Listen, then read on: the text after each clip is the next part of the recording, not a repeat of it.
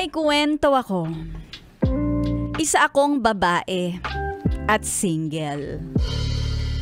May katangahan akong ginawa sa buhay ko. At yun ay ang pautangin ang taong crush ko. Ay! Ba't mo pinautang? Katrabaho ko si Guy na crush ko.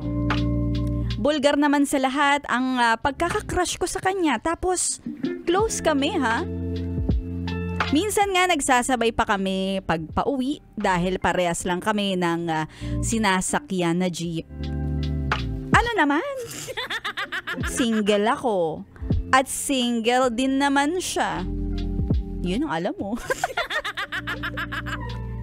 Isang beses na sabay kami, napansin ko na problemado siya. Tapos na-mention niya na gipit daw siya dahil sa na-ospital ang mama niya. Kaya ako naman, awang-awa, nagkawang gawa. Para matulungan ko rin siya. Wala din naman kasi akong cash. Oh, yun naman pala, papairam mo. Sabi niya kaka-salary loan lang niya sa kumpanya namin, kaya hindi pa siya pwede. Kaya naman, inalok niya ako kung pwede sa pangalan ko ay mag-salary loan ako pero kukunin niya ang pera at babayaran niya daw. Pumayag naman si tanga. At nung napahiram ko na siya ng pera sa loob ng 1 linggo, 1 beses. Wow, may schedule. Sa loob ng 1 linggo, 1 beses nagsasabay kami ni Crush. Tuwing Lunes. Aww!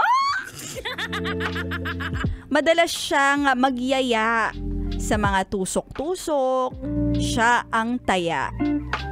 Tapos sasabihin niya, yung utang ko sa'yo hindi ko yun nakakalimutan. Sabay kindat. Ala, nadaan ka naman sa kindat Ako naman tong si tanga, laging sumasagot na, ano ka ba? Okay lang yun. Lumipas ang 1 buwan, hindi niya pa rin ako nababayaran. Pero nagsasabay pa rin kami tuwing Lunes. Tapos 2 buwan na.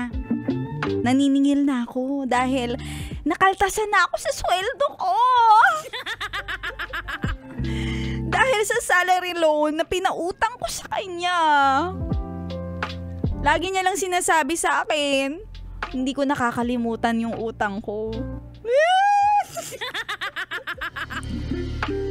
Kaya naiilang na ako na sumabay sa kanya. Dahil nga medyo nararamdaman ko na yung inis sa pagbaliwala niya sa utang niya sa akin.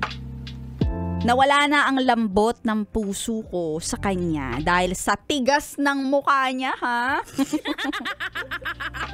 Hindi na ako nakakatulog pag iniisip ko yung panahon na dinadramahan niya ako para pautangin ko siya. Tapos ngayon, parang wala lang sa kanya. Hindi niya ako binabayaran. Kaya naglakas loob na ako. Sabi ko, bayaran niya na yung utang niya kundi mapipilitan ako na isumbong siya sa HR. Tapos, biglang isinumbat niya sa akin yung panahon na nilibre niya ako.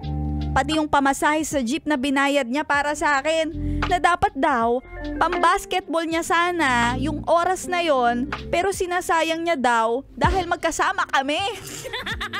Like what? Sabi niya pa, di ba crush mo naman ako?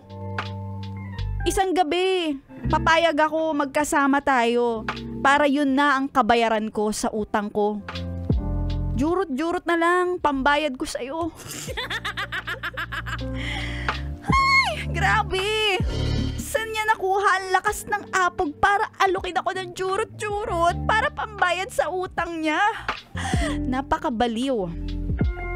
Ang ending ay sinumbong ko siya sa HR.